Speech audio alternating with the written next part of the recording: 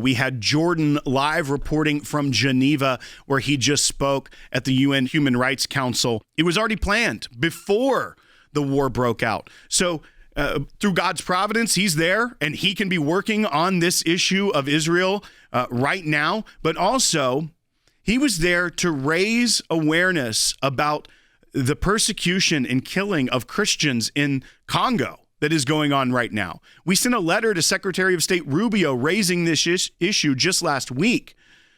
But Jordan's also in Geneva, bringing this attention to the Human Rights Council, with the representative from Iran a few seats down one way and the representative from UNRWA a few seats down the other way. So take a look at this. This is Jordan just earlier today. The first on my list is European Center for Law and Justice. Thank you, Mr. Vice President. Violence against Christians in the Democratic Republic of the Congo has reached alarming levels in recent months. In February 2025, the ADF, a terrorist group affiliated with the Islamic State, massacred 70 Christians in brutal attacks that targeted places of worship. These atrocities are part of a broader campaign of terror. Between January and February of 2025, a child was sexually assaulted every 30 minutes, and over 7 million people are now internally displaced. We welcome the resolution adopted by the European Parliament in April 2025, condemning these attacks and recognizing their religious dimension. But this Council must also act. As is often the case, the violence is driven not only by ideology, but by the desire to control strategic national resources. Armed groups exploit this chaos to enrich themselves, while Christian communities continue to bear the brunt of the violence. We respectfully urge the independent international fact-finding mission on human rights abuses and violations in the provinces of North Kivu and South Kivu to include in its investigations the specific targeting of Christian communities. While the resolution rightly addresses human rights violation in the context of this conflict, it does not address the religious dimension. That must change. The ACLJ therefore calls on this Council to acknowledge the religious charter of the persecution against Christians in Eastern DRC, support international mechanisms to investigate and prosecute crimes against humanity, and ensure the protection of displaced and targeted populations. Thank you. That was Jordan Sekulow just earlier, minutes before this broadcast today, before the UN Human Rights Council, advocating for those in Congo that are persecuted for being Christian, being killed for their faith. So at the same time that he's working on issues of silencing conservative speech in Europe, and also working on the lawfare we know that is coming against Israel, he's also doing that work, advocating for the voiceless around the world that are killed just because they are Christians. It's something that, fortunately, in the United States, we don't have to really face real persecution. We see weaponization of the government against Christians. We talked about that last week, where our clients in Chicago were arrested simply for exercising their First Amendment rights and preaching the gospel on the streets there. And we're having to fight a criminal case against them. Meanwhile, we see those riots from LA spreading across the country and taking over Chicago, them having to shut down streets, suspend bus service. Those were happening pretty much at will. But if you are a peaceful presenter of the gospel, you were arrested because they were weaponizing an ordinance against people of faith, people wanting to share their faith. So we have weaponization against Christians here in the United States, but we don't have full-on persecution like we see around the world. But the ACLJ can handle both. We can fight in court defending our clients criminally and then suing Chicago for that ordinance, which is being unjustly weaponized against Christians and unfairly applied.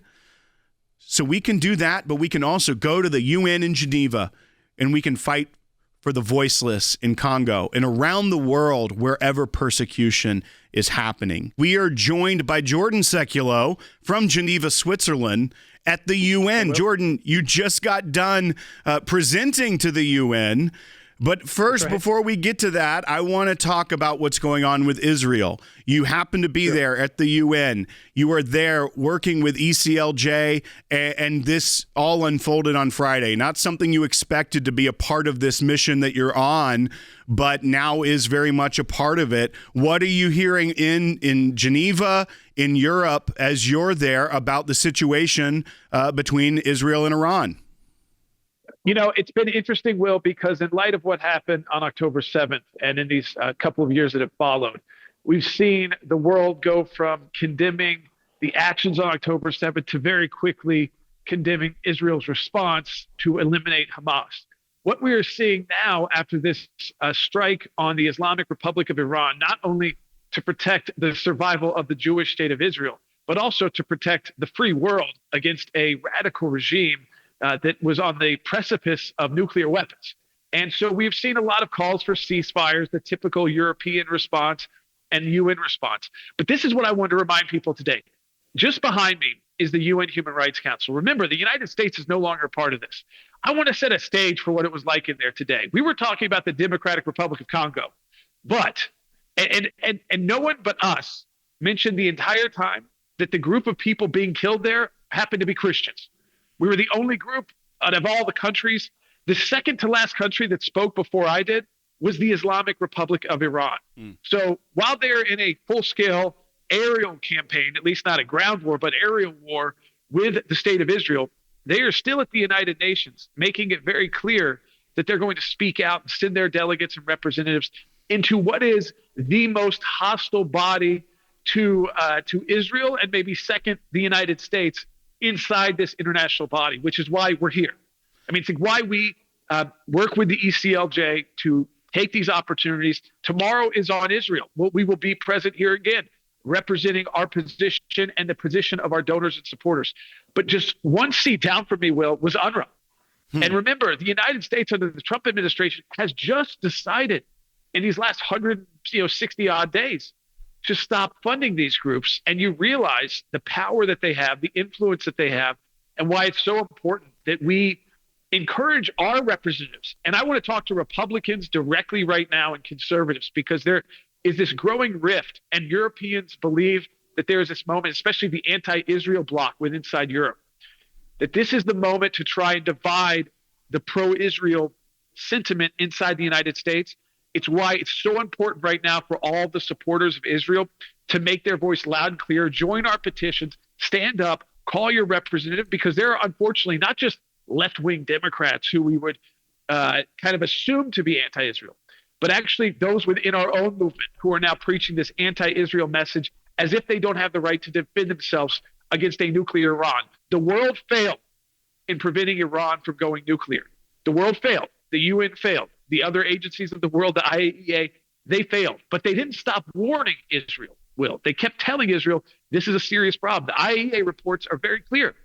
And so Israel has decided to act. Let's make sure we're standing with Israel. You mentioned being following the Islamic Republic of Iran and UNRWA being just a couple seats down from you. This just shows the importance of the work of the ACLJ. When the U.S. isn't a part of the Human Rights Council anymore, which is the right move, you still have to have the Ministry of Presence, because Israel is outnumbered almost 192-1. Depending on the administration, maybe they get 191-2 if the U.S. is willing to stand with them, but they weren't under the previous 4 years.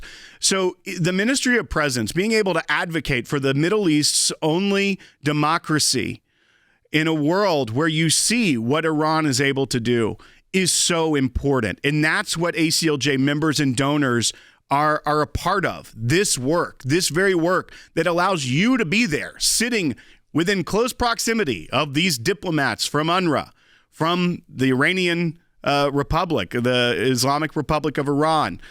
It's astounding, even as someone who has worked with you for such a long time, and among this work, it still is so impressive, the work that we are able to do because of the ACLJ members and champions.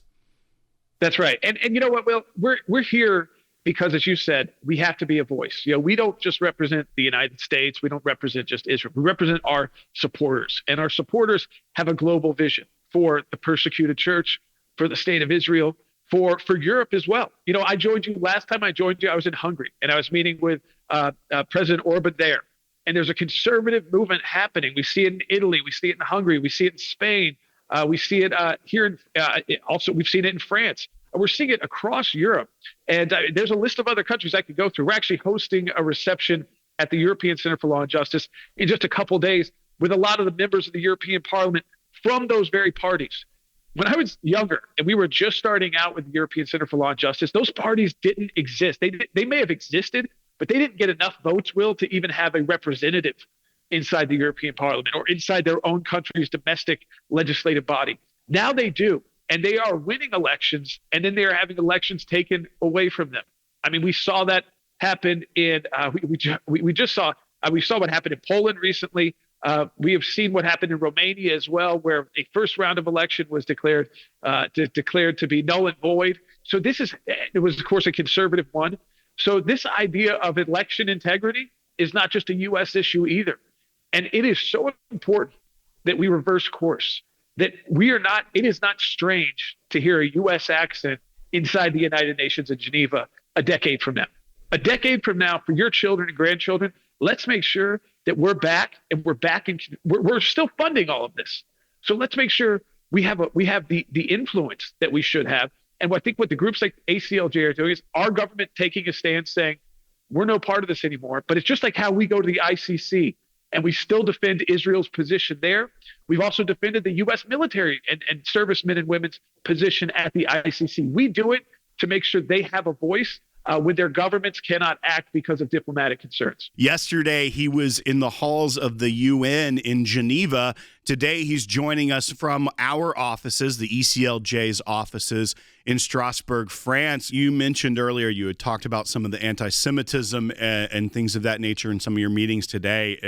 And you were sending me images, and we'll show them as you're talking here, of some of the meetings you've had today. And it's very impressive. It is remarkable that the ACLJ and the ECLJ is able to do this work because of our members and our champions. But Jordan, you had a very special meeting today where you were able to get really good work done. Can you talk about who you're with in these photos that we're showing and what those discussions were like? Absolutely. That's actually just a few minutes walk. We walked to that meeting from the ECLJ office in Strasbourg, France, the European Center for Law and Justice, and that is at the U.S. Consulate General. And so in that, you were seeing the Consul General, Yvonne Gonzalez.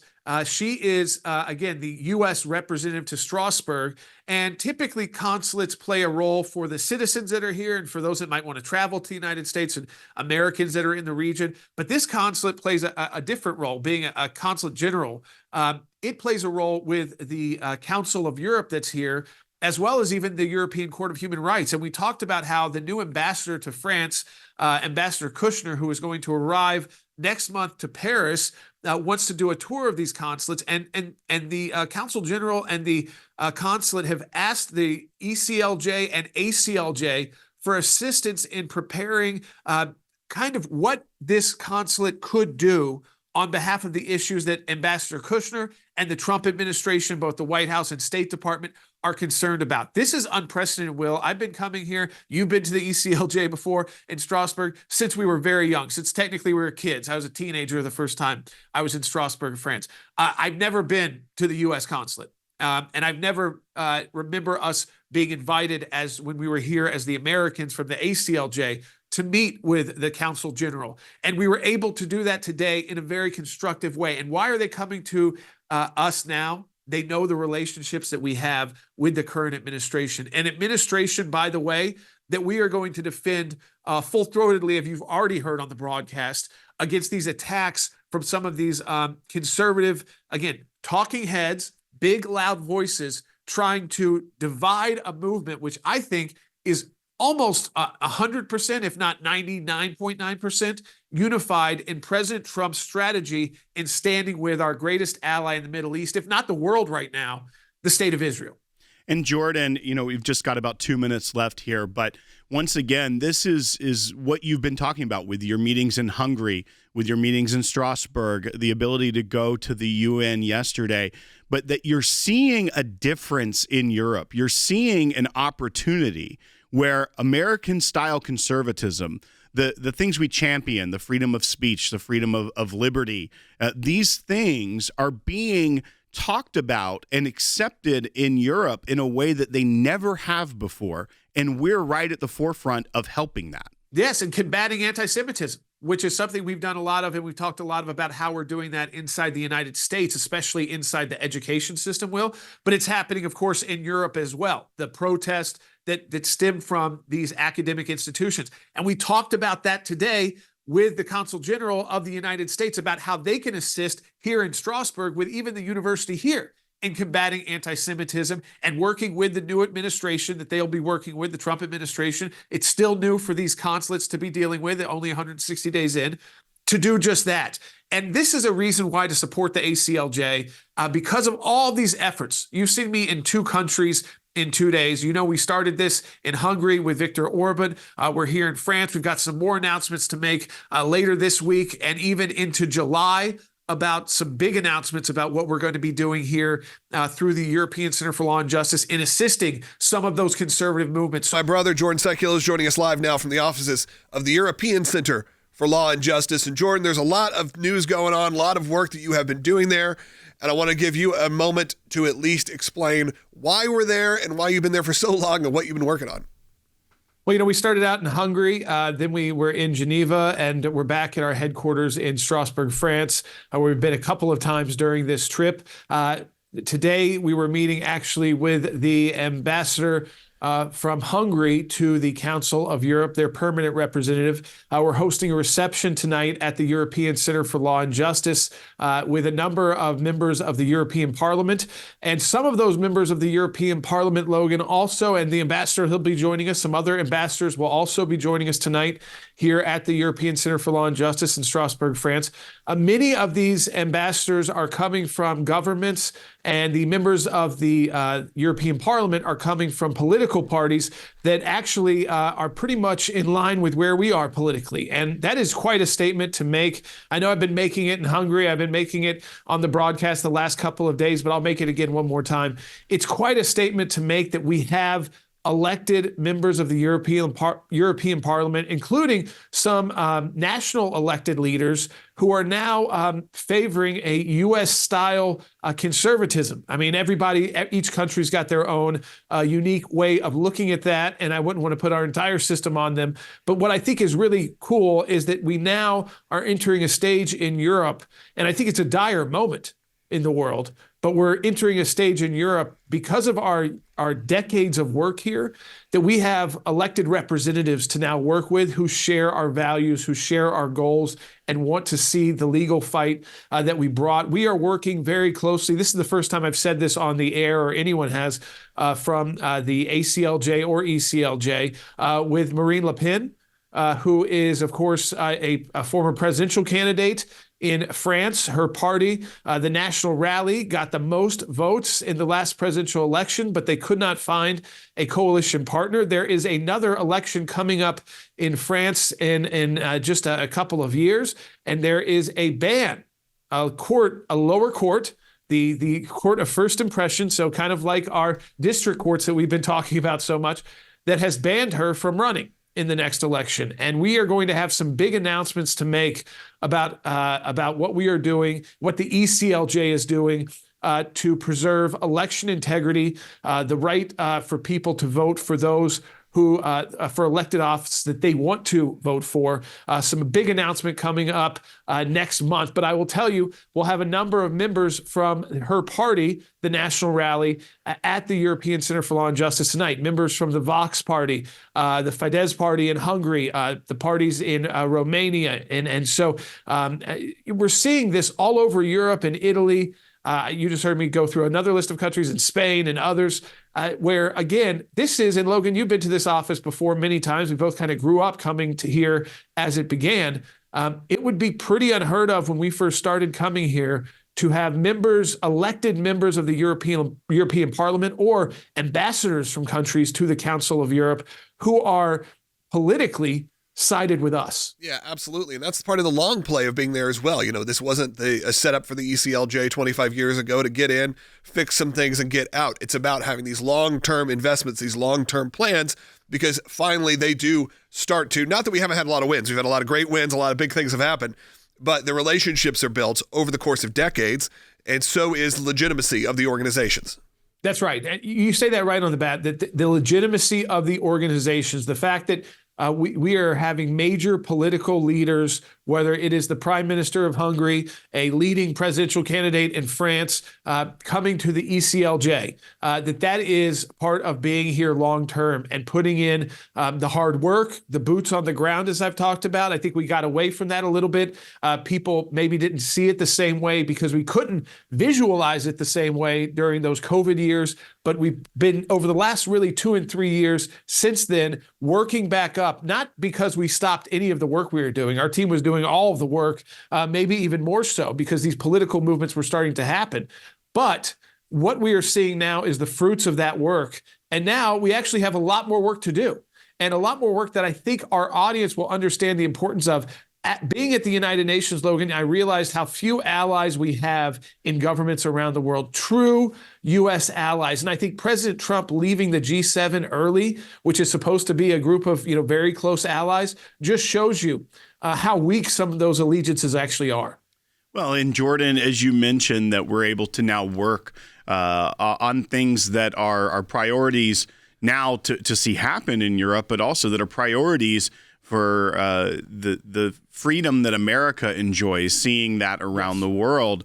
And I think to explain to our audience, when you're starting to see this sea change to some degree, seeing that people that can be ideological partners in Europe that we didn't have even in the entire history of the ECLJ, what does that mean for the audience back home? I mean, at the same time, we have a very America first type movement in ideology in the United States.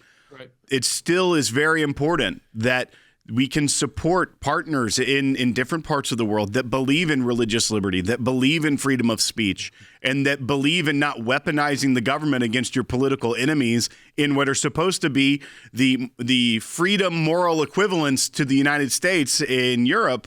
And how does that work? And how does it really matter to the people back here at home? Well, just imagine this. Imagine instead of Emmanuel Macron as president of France, President Marine Le Pen.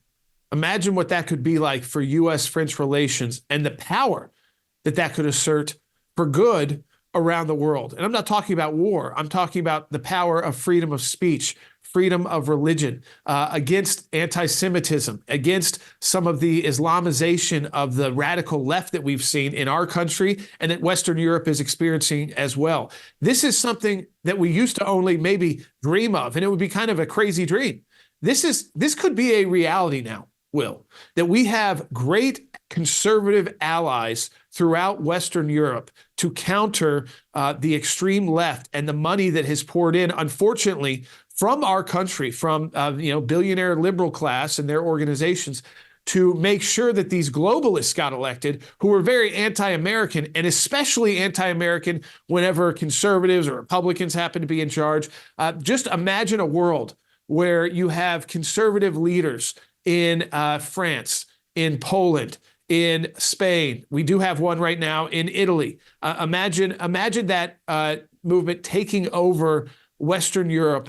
In Germany, there's a political party on the rise right now being heavily persecuted as well. Again, they were labeled enemies of the state because they espouse many of the free market kind of libertarian ideas that we do. Imagine that world. That's a safer world. That's a world with less war, but it's also a world where we have better friends to cooperate on economic issues, on trade issues, on so many different issues. And culturally, I think it's good for people to realize back at home that just like how when President Biden was our president, he didn't represent all of Americans' political views, neither do most of these current European leaders. And we're seeing that being chipped away at very rapidly right now so that we can have real alliances of not just kind of, oh, we agree on some issues globally, but that we agree on even domestic issues at home, and that we can work together instead of criticizing each other at international institutions or even in bilateral or trilateral type negotiations. So the ability to just host these receptions, it's not just to throw a fancy party with diplomats. These are people coming because they want to be at the European Center for Law and Justice. They know I'm going to be speaking tonight from the American Center for Law and Justice. They know our connections to current President Trump. They know the work that we've done there.